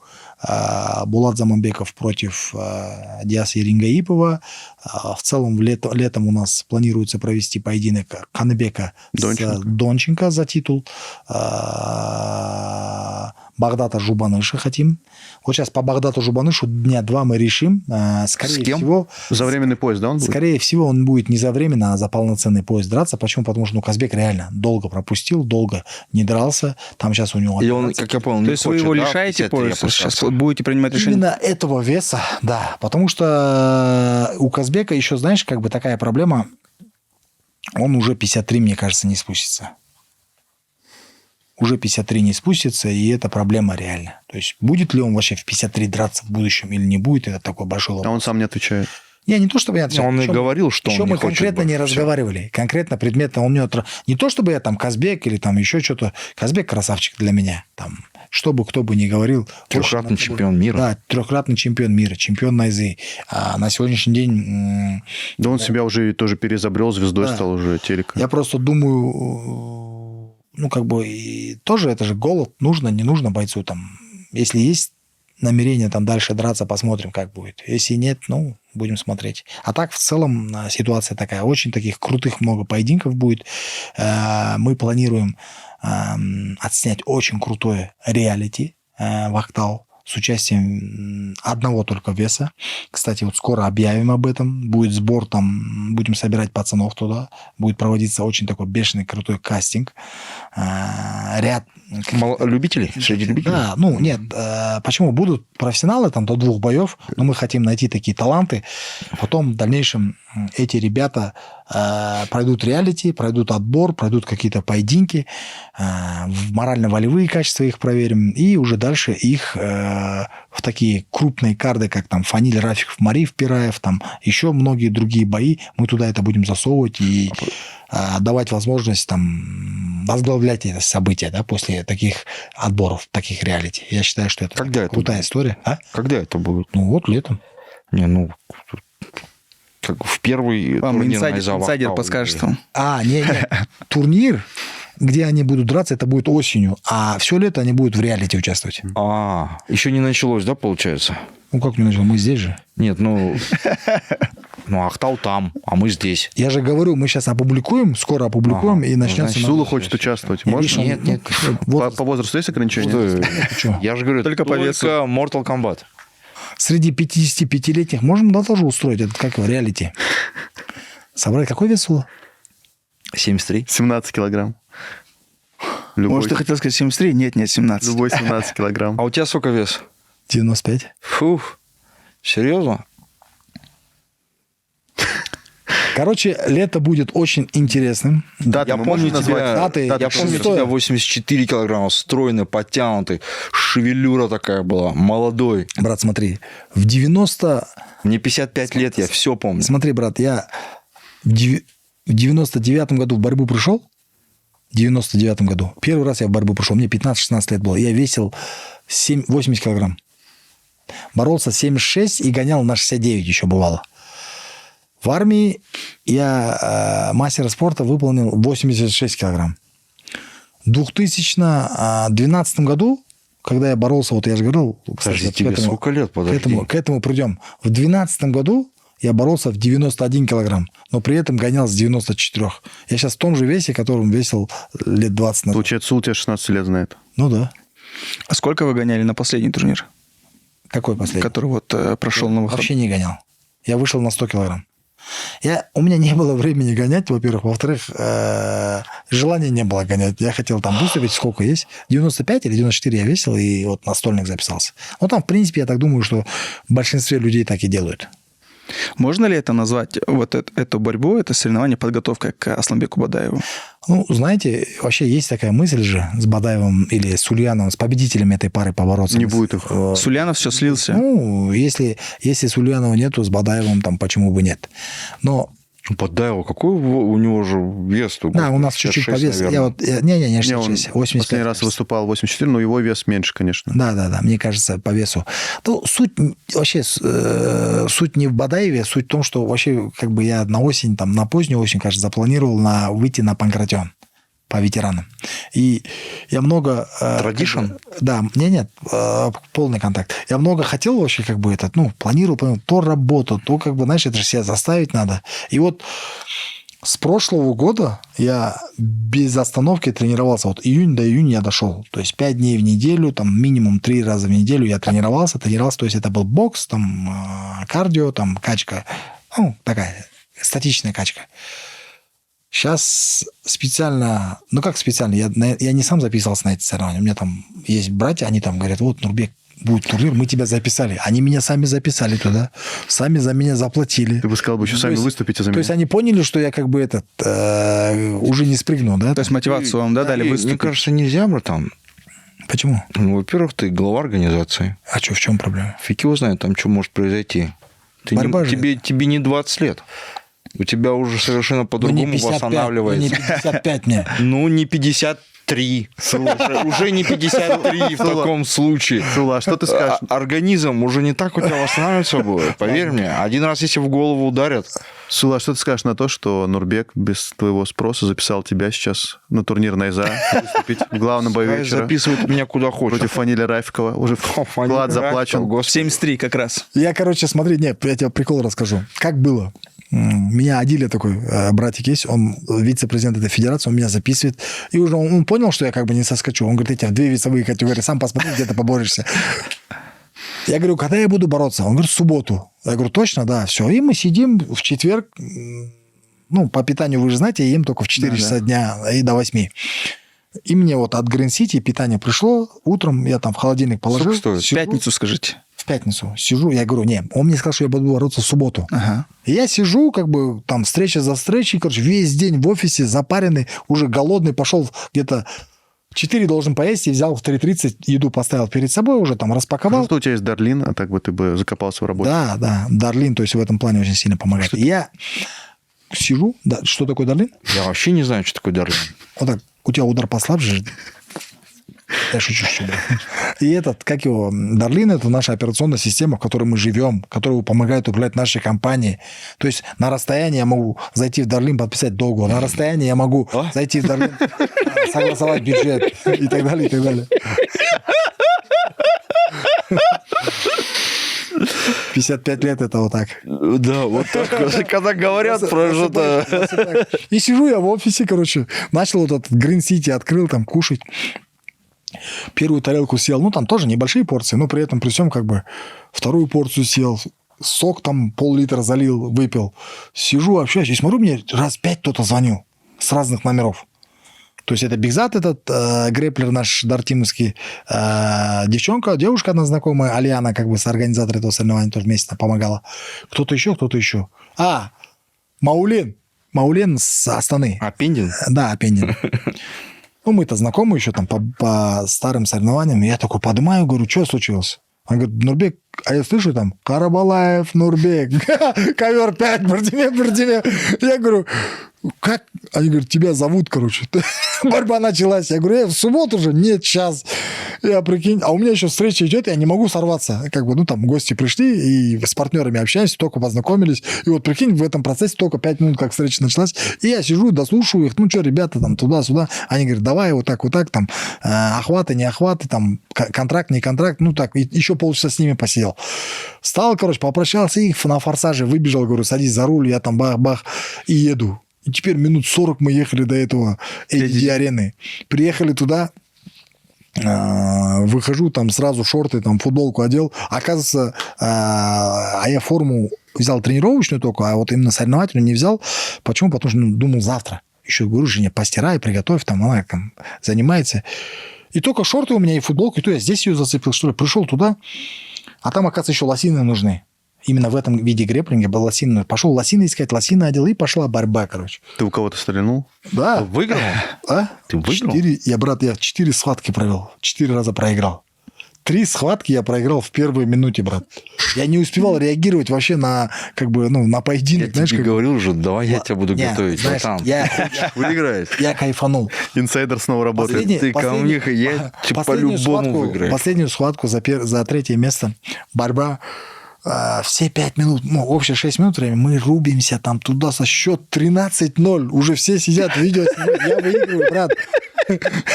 Все снимают, говорят, Нурбек, все, там чемпион туда-сюда. И он берет, короче, как-то переворачивает, там ногу берет и этот болевой. И вот мне сделали 3 болевых на ногу.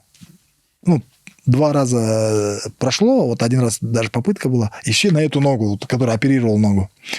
И вот последний раз он крутит, я уже чувствую, как бы это натянулась нога. Ну, не на пятку делал, да? Нет, На ахилл? как это? На ахилл, да.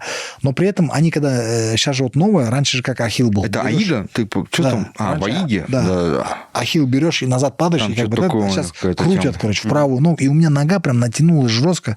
Не ну, как сказать, прям, что прям нереально больно такого не было. И я отдал, короче. Ну, думал, чем порву, да, отдам. Встал, ну, довольный такой, кайфанул, я пошел. Не, на самом деле я туда не за местом шел. Это как бы очевидно было, что я там место как бы, ну, сложно было бы мне занять, как этот мой один брат мне звонит, говорит, ну, он говорит, как, ну, говорит, по правде говоря, у тебя шансов мало было выиграть, говорит. Я это сам понимал. Почему? Потому что реально грэпплинг прогрессировал. Вот я в чем... Ну, я так же бы говорил, если проиграл, честно скажу. Я Ты просто- в чем был удивлен? Нет, там среди 55-летних, к сожалению, нету просто... Ты просто А, кстати, есть. Есть. Да-да-да. Кстати, Попробуй есть. ко мне, я бы тебе сделал вот так, ты что завязывай, ты по пяткам бы всех там... Все. Ты чё Все, брат, я следующий бой к тебе приду. Я-то пошел в другую Однозначно. сторону. Я могу, кстати, онлайн уроки проводить. Через проблем по грэплингу не вопрос, брат. И, короче, борьба прошла, я такой сел в машину, еду, и этот... Все пишут там, Я думал, ты... поборолись там туда-сюда. И я, прикинь, после этого ночь, я ночью сплю и просыпаюсь, прикинь, жена говорит, ты что делаешь? Я говорю, Пятку же. Борьба, да? я прохожу в ноги. У меня все время борьба снилась, короче. Она тебе говорит, Все эти 2 дня, короче, я дергаюсь, просыпаюсь. Вот прикинь, как она в голову зашла. Я тогда понял, что я вообще, оказывается, в 2012 году на первом чемпионате или кубке Казахстана по грэпплингу я стал чемпионом Казахстана. И 12 лет я не боролся после этого, представляешь? 12 лет я не боролся, и настолько я соскучился, настолько понял, что это прям круто, настолько понял, что это как бы, знаешь, ну, реально, чтобы себя в форме держать. Борьба прогрессировала, ребята очень крутые стали, знаешь, вообще ноги как руки у них. Ногами работают как руками, и если учитывать, что в ногах сил больше, чем в руках, они прям крутые, молодцы. Это большая заслуга вот Тулигена, я считаю, вот ребят вот с Федерации бразильского джиу-джитсу и грэпплинга. Ну, не только Аига. Ну, я имею в виду однозначно. Вот однозначно. Ребята, красавчики. Основные киты это Тулиген, Арманжан, из таких ребят, Айдар Махметов в свое время там боролся, вот только-только он недавно школу создал, там, да, начал двигать, из которых я знаю. Но основа это, да, Арманжан и Тулиген, я думаю. Арманжан вначале это Атос, а по Казахстану... Какой Атос, ты что? Ох, стоп, у него же... БЖЖ, Альянс раньше. Альянс. Но я тебе скажу, Арманжан это самый первый черный пояс Казахстана.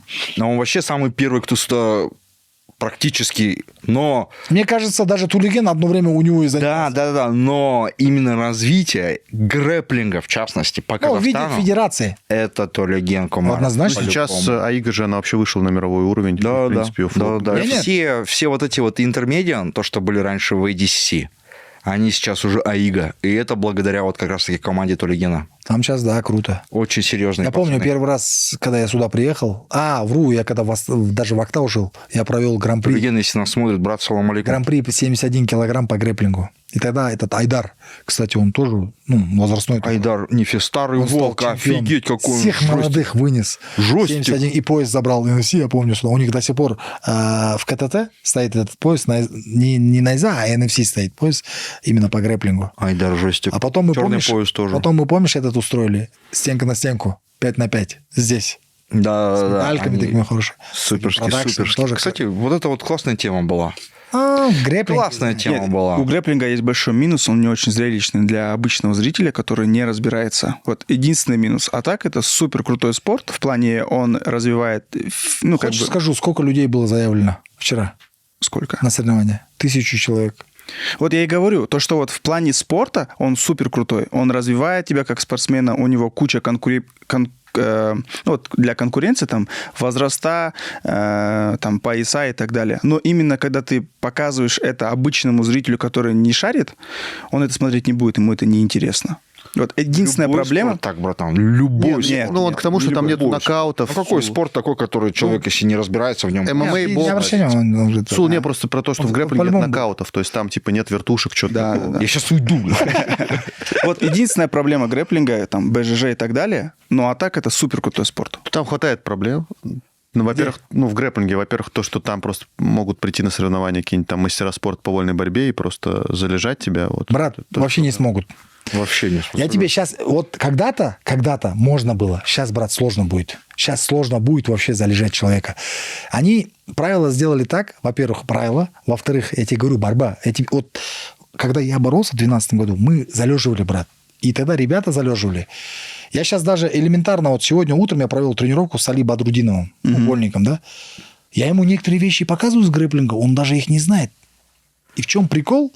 Именно вольники, они в грэпплинге сейчас конкуренцию сильную. Раньше они могли бы, когда еще техника не совсем особенная. Сейчас грэпплер, я же тебе про это и говорю, борьба прогрессировала страшно. Вот сейчас ты возьми мастера спорта вольной борьбы и с Алиби поставь, там, ну, с черным поясом, да, с коричневым поясом. Даже давай этого, как его? Ой, елки-палки. Ну, сильный такой черный пояс в этом КТТ.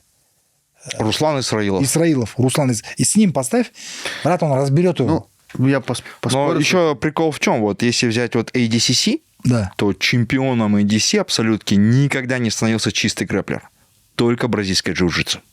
То есть оно неразрывно связано. Если ты там вольник, неважно, кем бы ты ни был. Если у тебя бразильского джиу-джитсу нету, ты абсолютно не возьмешь. Ну понятно, они же, как вообще традиционно БЖЖ, грэпплинг, ну, грэпплинг в мире так и называется грэпплинг ноги, грэпплинг ги, да, допустим. А ноги Они гей, это тренируются- потом пришло, брат. Не, они в основном тренируются, смотри, 5 дней в неделю они, ну, образно, да, там, тренируются в кимоно, 2 дня они без кимоно тренируются. То есть, если ты в кимоно борешься, ты и без кимоно сможешь побороться. То есть, как бы... Ну, так. кстати, я слышал, что тяжело. Да, очень разные, на самом деле. Да, потому что когда ты в кимоно, у тебя есть захваты, Да. а когда ты без, у тебя уже захватов нету, там по-другому принцип работает И именно я вот- самых приемов. То, что Основа- общался я вот, да, вот и с Усманжаном Касимовым, да, и вот с ребятами, и Вот, с кстати, Едгаром. Жан, Вот очень сильный. Офигенный. Усман – это один из лучших.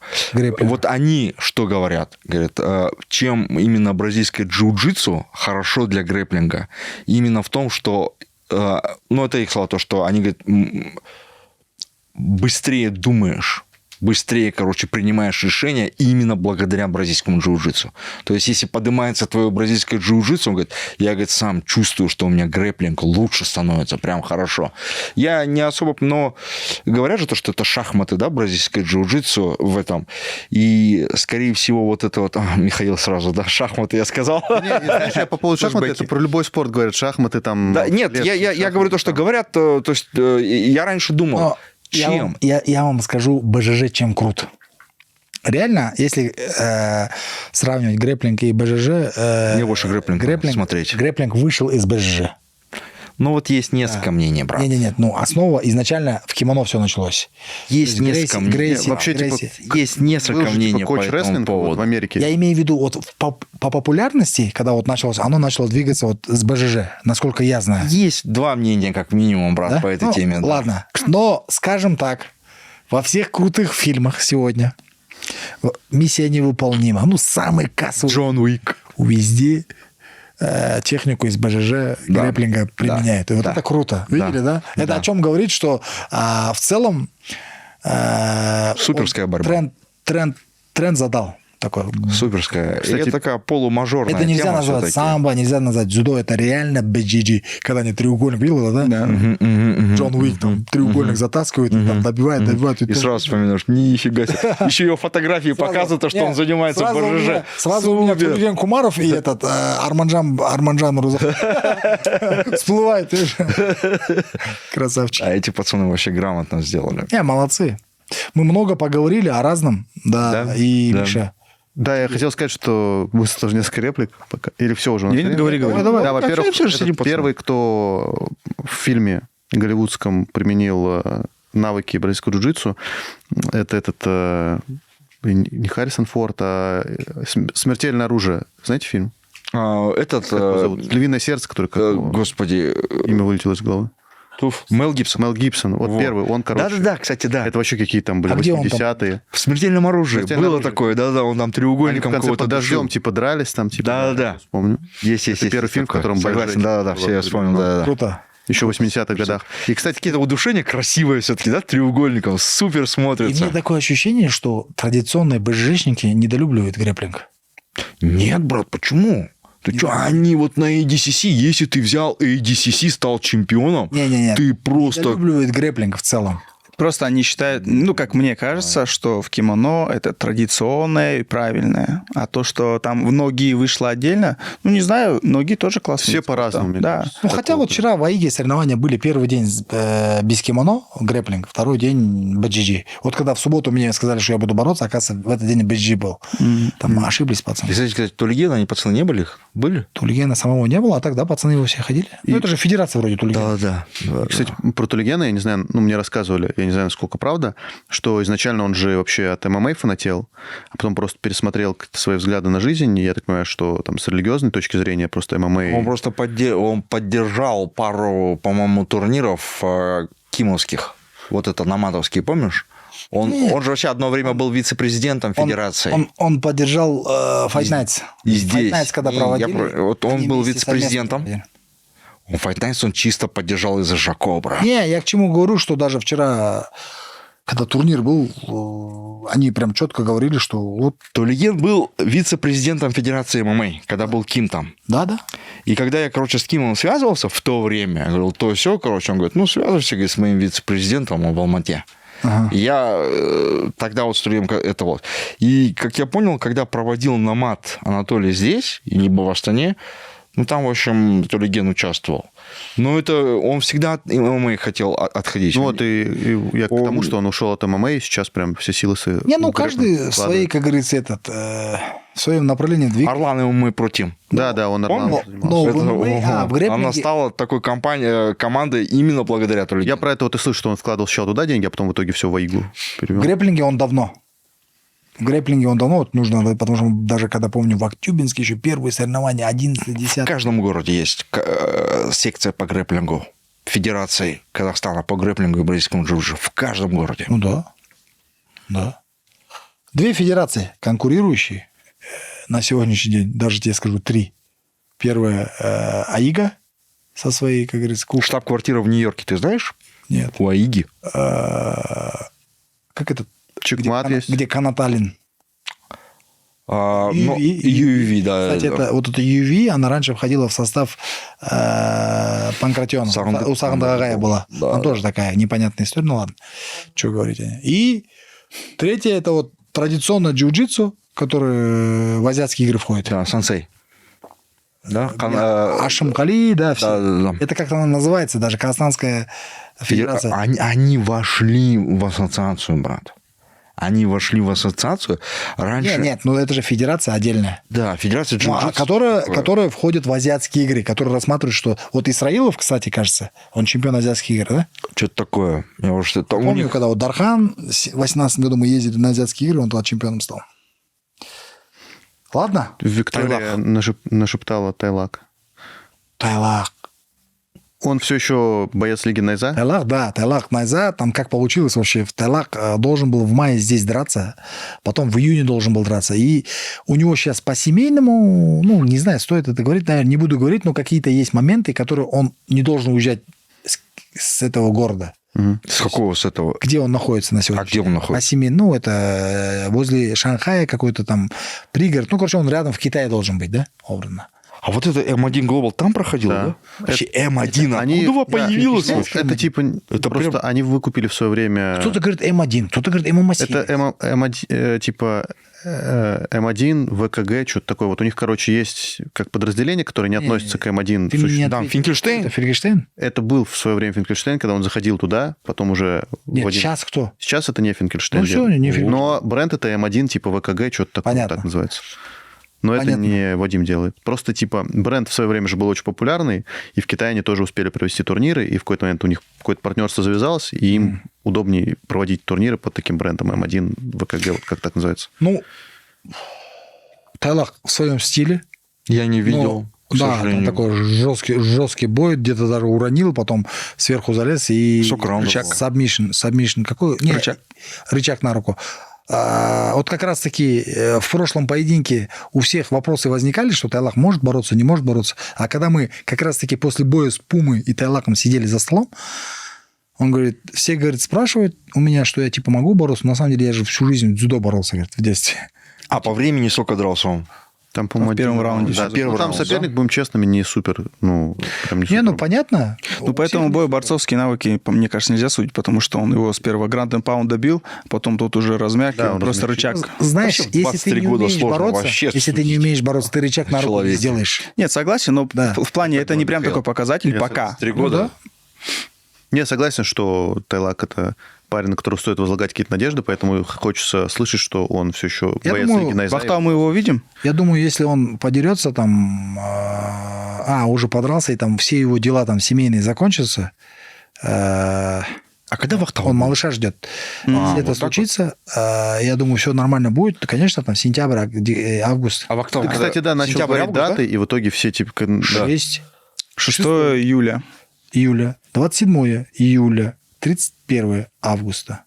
А Важно. с турнирами UFC как-то пересекаются, да? С серьезными? На самом деле, вообще, как бы турниры UFC каждую неделю проходят. Покупаемся нереально. раз. Каспий Во-вторых- грамотнейшим образом.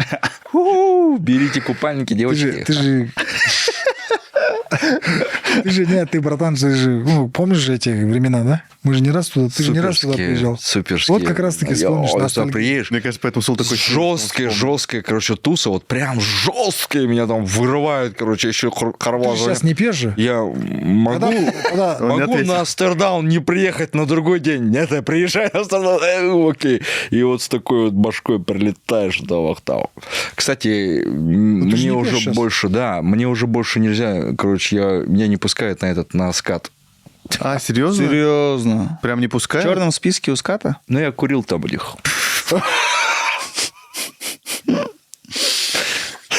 Сула, только ты так мог сделать. То есть, Ты вообще жестяка, я прикинь, я еще вот этот электронную я курю, и вот мы летим, тишина там, все выключи, и она как зазвенит, короче, прикинь, открывается, короче, туалет, и там народ в панике, короче, такая сирена, что за нафиг, блин, нормально самолет летит там, я вижу у всех такие тревожные глаза, и все на меня смотрят, а она орет, это... а вы такие, все нормально, это я. А ты такой сидишь, да, штаны спустил? То есть... Нет, Сул просто дым выпускает. Эйр Астана, только Эйр Астана. Не, и получается, вы теперь физически даже не можете купить билеты, да, на скате? Потому что вы... Возможно, билет смогу купить, Ага, ну, или Полететь уже запустили. нет. но вполне вероятно. Но Ну, так мне делай, сказали так. Мне кажется, знаешь, покупай, но не летай. Сула просто сам не хочет туда летать, потому что типа там не разрешают курить. Короче, авиакомпания. Если хотите, чтобы Сула... Разрешаете. А вы теперь... Сула летал, сделайте исключение, ну что? А теперь не будете курить нигде. В Аэростане курить не будете. Почему ты со мной на «вы»? Ты не слушай, Карвала врет. Да я со всеми на «вы». Я его младше. Просто он курил в самолете. Вот недавно я летел, короче, в арабские страны, и в самолет захожу, прикольно. Там они там говорят на английском, на русском, на казахском точно не говорят. И на двери стоит пепельница. И я такой думаю, как так пепельница? Для кальяна. Пережитки прошлого. Где-то Раньше можно было курить. Раньше можно было? Но это прям Конечно, братан. пережитки прошлого. Раньше можно сзади, вот делать Ну, это в задняя твои часть. времена, вот. Да, в мои 50 времена лет назад, да. можно было курить реально. Ну, уже последние Это лет когда Пушкин... 20, наверное, нет. Да-да-да, Герман. лет 20. Это когда, я тебе сейчас скажу, это когда Ельцин, вот те времена, Ельцин, Горбачев, вот те времена. Шутка, ребята. Это не шутка. Ничего против. Не, Ничего так и против. есть. Не, как бы в целом, то, что ему 53 года, нормально. Не 55. Еще стоит сказать про, когда мы говорим про какое-то развитие спорта в Казахстане, очень круто выступили бойцы из Казахстана на турнире RCC Hard, и парень из Костаная стал чемпионом RCC Hard, первым королем типа кулачки его называют теперь, RCC. Саратов фамилия, у них клуб есть Костанай, я вот Барнакл Костанай, как так вот с названием могу соврать, но точно костанайский. Скажи, пожалуйста, Костанай. Костанай. А как он говорит? Костанай. Кастанай? Костанай. У тебя удар послал? Если ударение, вот эта вот тема, что, короче, ты А читаешь, О читаешь как А, если на него ударение не падает, вот в русском, то есть ты про эту тему в казахском языке забываешь. Знаешь, вот мне о чем В казахском языке это, знаешь, как испаньол. Мы Читаешь так, как написано, и баста, нету никаких исключений. с Камилем, когда общались в самом начале, он такой сразу, Нурбек, вот я хочу сразу пояснить, найза или найза? Вот человек, есть же сразу понимает, что нужно говорить, да, там, реально. В комментариях пишут, что, во-первых, он говорит тенге. И Найзадей. Найзадей. Если сейчас говорить, как типа, с точки зрения, мы же привыкли, все сейчас у нас, там, допустим, там, английскими языками не буду там выражаться, чтобы вас не пугать, а то подумайте, где я учусь. Да ладно. Но при этом, при всем, испугаюсь. мне тоже нравится. Есть смысл, типа день Найзы, да? Единственное, что изменить буковку I на Y, и тогда... А когда вот первый раз назвали девчонки, я как бы против был. И, знаешь, все говорили, типа, nice, отдай. Он специально... У нас всегда такой подвох найдут. Nice, отдай. Он специально отдай, типа, к этому. На самом деле, nice, отдай. Типа, будь как найза, да, типа, вот так, да.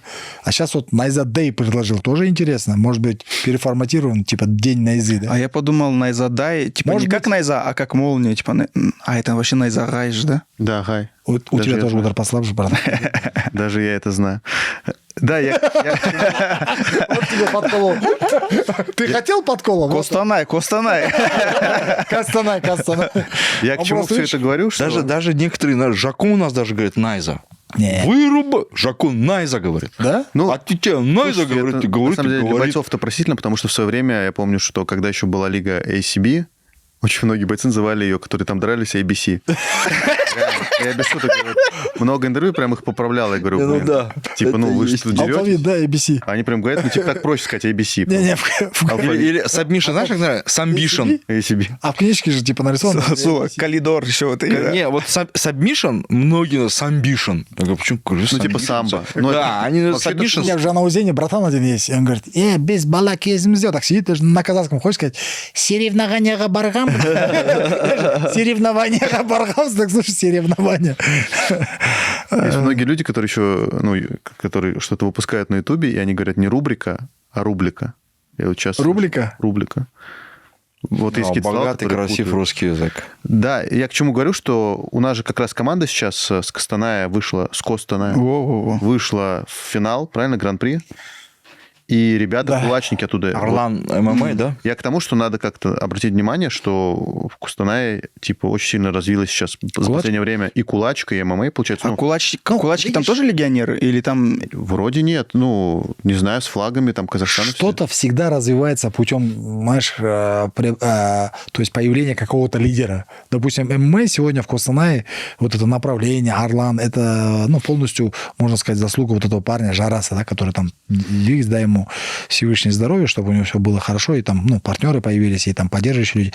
Вот любое направление, оно двигается вот за счет таких людей. То есть куда ни пойдешь, там 70 лет Советского Союза началось с Ленина, да, там так и... Это Шурик. Я не знаю, тебе лучше знать. Я в самом конец этого все застал. Начало я вот не помню, да как это, я не знаю, что там было. В 50-х пришел, да? Тебе лучше знать, брат.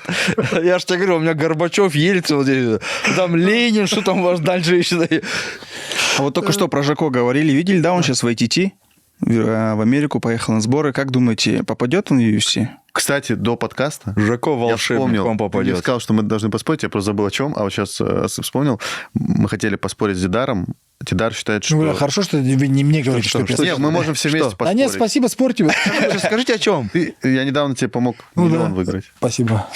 Мы хотим поспорить. А далее отдаем этот миллион берется. Дидар думает, что Жаком вернется в UFC, я думаю, что нет. Я вообще не удивлюсь, если вернется. А почему ты думаешь, что нет? Завтра на замену ему бой предложат, уже имя есть, все есть. Вообще не У него даже удивлюсь. фотография есть в UFC форме. Я Ну, там, да, ничего не ну, надо. Там же сидит фотографироваться не надо. Вставлять же. Он же готов. Вырежет сюда. Вот этого не берите, у этого хоть фотка есть, так что ли? Ну вот, мы, короче, решили На поспорить. самом деле, Жако с UFC ушел на пике своей популярности. Он только сделал прическу. Он знаешь, вот в Казахстане реально о нем начали все время говорить, где-то его сравнивать, вставлять. И вот только-только он стал, знаешь, как бы таким обсуждаемым бойцом, хоть и проигрывает, но обсуждаемым бойцом, ну и то проигрывает там все спорные решения, где реально, знаешь, как бы оставляет для того, чтобы там... Поражения в плюс шли, отвечаю. Вот его поражения ему шли в капитал плюс. увеличился. Отвечаю. Мы тебя не переубедили? Нет, я не знаю, при всей моей любви к Жалгасу. Все зависит, конечно, от случая. Если будет так, что нужен будет боец в этой весовой категории, скорее всего, они Жако и возьмут. Я так скажу, Михаил, я не исключаю того, что Жако вернется. Вот эта вероятность того, что он точно не вернется, я бы никак... Вот 50/50 я скажу так. Вот реально... Позиция такая очень хорошая, про любой вопрос можно говорить. Нет, ну смотри, почему про любой вопрос? Вот в этом вопросе я говорю 50/50. То есть я не удивлюсь, если он туда вернется вообще. Почему, знаешь, 50 все время с его уст звучит? С граммами? Про это в следующей передаче обсудим. Ну, давайте так. Мы хотим поспорить так, что до конца года я говорю, Давай, что... спорьте, я режу, давай. Да. Что, до конца года? До конца года что, какая Жако сумма? попадет? Какая сумма или что? Короче, ниже миллиона мне не говорите. Нет, Если вы- какие... Ниже миллиона Нет, я могу давайте сделать, так, не переживай. Давайте так, я хочу, чтобы зрители Ниже написали на миллиона. что. Если вы ниже миллиона, Нет, сколько что вообще значит, что? Давайте прямо сейчас. для вас еще эфир тратить Вот там. мы здесь четверо сидим. Сколько сырен? Джигитеры, Сколько идет? на реке. Мы здесь вот четверо сидим. Да. Тот, кто, короче, проиграет, прям хороший стол здесь. Вот мы за Вот шашлык это пошли, нормально. говорили же. Завязывайте стол. Блядь. Стол нашего ноги. Подожди, мы бедные люди, хватит это самое. Тебе не Ну, мы не бутерброды. функционеры Прям лиги, шашлык чтобы ставить ставить миллион. да, Я да. знаю одно место крутое. Классное место есть, где там Сколько? циркули Всё, продают, стол, все есть. Стол? Вот здесь Не будет стол. здесь тогда. Как не В здесь? другом месте на А подкаст как хороший зрители стол. увидят? человек. Мы Как зрители это увидят. шымкентские вот эти шашлыки, которые Да, вначале да, обсуждали. советский 15 Братан, дней. давай лучше возьмем хотя бы, что можем взять. Стол побольше поставим, хорошо? Хорошо, хорошо. Что этот стол? Хотя бы, Стол. что можем побольше взять. Давай возьмем. Вот. Что? Барашка поставим. Ну ты виски, ты же знаешь, как дорогие. Какие виски там? Нет, нет, Давайте только уже Макален. разобьем, там уже решим. Макален. Давай, Сула, давай вдвоем. Все, до конца года. Ёб, ты ждать-то столько. Я думаю, Столько хаватора было из до конца года. Кипиш на декабрь оставил. Я запутал. Не, вдруг он раньше попадет, и тогда этот кипиш. Мы раньше. А, вот это, кстати, ребята, тоже, да. просто как бы Кстати, хотел- тоже. Хотел вас на этот... Мы ждем действий от волшебника нашего Саята Абдрахманова. А он волшебник, он может сделать. Может, да. Саят, кстати, писал недавно. Саят, Что писал? Не знаю, что написал. Я этот как раз на турнире боролся, и этот... Где ты, да? Он, Не, наверное, он хотел тебя подписать. Увидел. все уже. Есть на замену. Open grappling. Победишь, запишешь. Джон Джонс ждет. Просто он не сказал же. Один код я Саяту написал же. Переписываемся. Я говорю, Саят, давай этот... Я сейчас готовлюсь, говорю. И этот... Как его? Джефф Нилом, короче, давай бой мне устроить. Ух, я вот об этом подумал только. Нифига себе. На ножах, на топорах. Да? Заканчиваем, да? Я думаю, да. Да, мы много сегодня... 1 час 36 минут. Я засек. Много сегодня чего обсудили, поспорили и даже поспорили на серьезные суммы. Будет стол от проигравшего Макален. здесь. 23 года. Да нет. Я достар, егер пікірлеріңіз болатын болса, міндетті түрде комментарийда жазыңыздар. Мына Миша мен Дидардың екеуінің арасындағы жаңа спорласқаны туралы тағы да басқа көптеген бір қызықты және де ауқымды темалардың бәрін қозғадық барымызша. Солар туралы өз ойларыңызды жазыңыздар. И обязательно лайк или дизлайк, комментарий, поддержите. Также прошу вас, если есть такая возможность, подписаться на инстаграмы наши. Это наш боец, это Сарбаз, это Вестник ММА, это Нурбек Карабала. Так что поддерживайте. Все ради вас. Каждый понедельник, каждый день мы, именно в этот день, в неделю мы собираемся только для вас хотим подать самое интересное. Я думаю, у нас это получается. Но мы таких образований творческих, актерских, как Сула, не заканчивали, но при этом, при всем, хотим максимум для вас быть полезными и интересными. Так что 10 лет в классе это тоже нормально. Что ты не переживай особо, не всем дано это. Я хочу еще объявление сделать. Во-первых, не забудьте написать в комментариях, чтобы скат вернули Суле возможность летать на самолете. Ладно, шутка. Мы будем 15-го, в ночь с 15 на 16 стримить, будем смотреть вместе с вами турнир UFC, на котором будет драться Асул Мабаев. Сул, кстати, придешь к нам?